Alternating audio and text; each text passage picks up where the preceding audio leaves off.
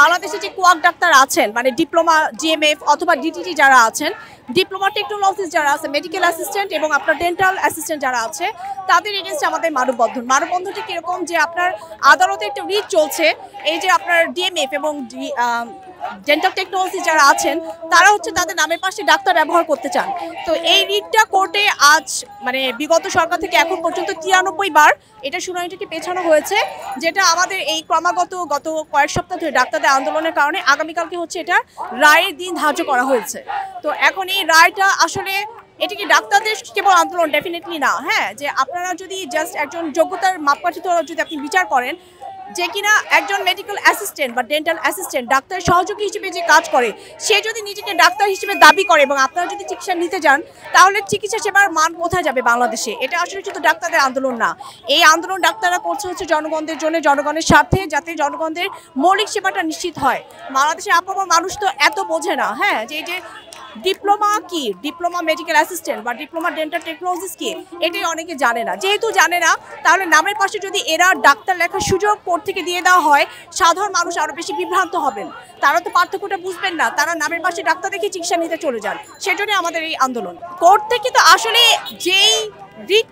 যেই মামলাটা প্রথম দিনই শুনানি খারিজ হয়ে যাওয়ার কথা, যে এসএসসি পাস, যার ডাক্তার হওয়ার যোগ্যতা নেই, ডাক্তার হওয়ার যে কারিকুলামগুলো আছে সেই যোগ্যতা ব্যারিয়ারে প্রথমেই বাদ পড়ে যায়। দুর্ভাগ্যজনক যে ওই রিটের শুনানিটা এই নিয়ে 93 বার, একবার দুইবার না 93 বার পিছানো হয়েছে। মানে এটা কতটা দুর্ভাগ্যজনক। সহযোগিতা দূরের কথা, আমরা বলবো যে এটা চূড়ান্ত রকমের একটা হয়রানি, তাই না? তো এ কারণেই আসলে আমাদের সবার বাধ্য হয়ে আমাদেরকে রাজপথে নামতে হয়েছে।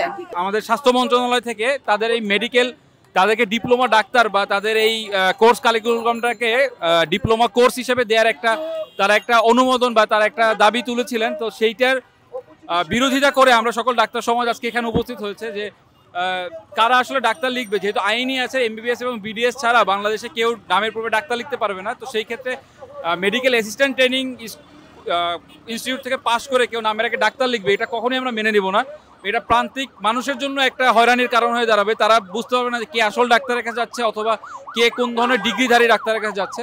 তো সেই ক্ষেত্রে সকল ডাক্তার আমরা একটা আমাদের পক্ষে রায় আশা করছি। তারপরে মহামান্য হাইকোর্টের উপরে ডিপেন্ড করবে যে কী ধরনের মহামান্য হাইকোর্ট যেটা ডিসিশন নেয়। কিন্তু আমরা মন্ত্রণালয় যে চিঠিটা ইস্যু করেছে আমরা সেটার বিপক্ষে এবং আমাদের সবার সেই তাদের চিঠির বিরোধিতা করে আমরা আমাদের কর্মসূচি পালন করছি। আমরা এখানে আমাদের 5 দফা দাবি পূরণের জন্য হচ্ছে যে এখানে এসেছি। এই 5 দফা দাবির মধ্যে আমাদের হচ্ছে যে স্বাস্থ্য খাতে যত অনিয়ম আছে সেই অনিয়মের বিরুদ্ধে আমরা এখানে সমবেত হয়েছি। এর মধ্যে স্বাস্থ্য সুরক্ষা আইন এবং অন্যান্য দাবিও আছে, কিন্তু যে মেইন বিষয়টার জন্য আমরা এখন এখানে সমবেত হয়েছি সেটা হচ্ছে 12 তারিখের রিট। আমরা জানি যে বিএমডিসি অ্যাক্ট 2010 অনুযায়ী এমবিবিএস বিডিএস ছাড়া কেউ ডাক্তার লিখতে পারবে না, কিন্তু এই আইনের এগেইনস্টে একটা হচ্ছে যে রিট হাইকোর্ট অন্তত 91 বার পিছানো হয়েছে এবং সর্বশেষ যুদ্ধের পরে সেই রিটের রায় 12 তারিখ ধার্য করা হয়েছে। কিন্তু শোনা যাচ্ছে যে 12 তারিখও সেটা নিয়ে একটা হচ্ছে যে অনিয়ম হওয়ার একটা সম্ভাবনা আছে। এই জন্য আমরা সমবেত হয়েছি যাতে 12 তারিখের রিটটা ওখানে খারিজ করে দেওয়া হয় এবং এমবিবিএস বিডিএস ছাড়া আর কেউ ডাক্তার লিখতে পারবে না এবং কেউ হচ্ছে যে সুনির্দিষ্ট কর্মপরিধির বাইরে কেউ আইনত প্রেসক্রিপশন করতে পারবে না, প্র্যাকটিস করতে পারবে না। ম্যাটসদের বিরুদ্ধে আমাদের কোনো ব্যক্তিগত ক্ষোভ নেই, কিন্তু আমরা এইভাবে চিকিৎসা খাত এইভাবে ডাক্তারদের হাতে আমরা ছেড়ে দিতে পারি না। তাদের কর্মপরিধি সুনির্দিষ্ট করে চিকিৎসা কারা করতে পারবে, কারা ডাক্তার লিখতে পারবে, এই জিনিসটা যেন সুনির্দিষ্ট করে দেওয়া হয় এবং যেন 12 তারিখে মহামান্য আদালতের কাছে অনুরোধ, বিএমডিসি মন্ত্রণালয় সবার কাছে আমাদের অনুরোধ যেন এই রিট ওই দিনে খারিজ করে দেওয়া হয়।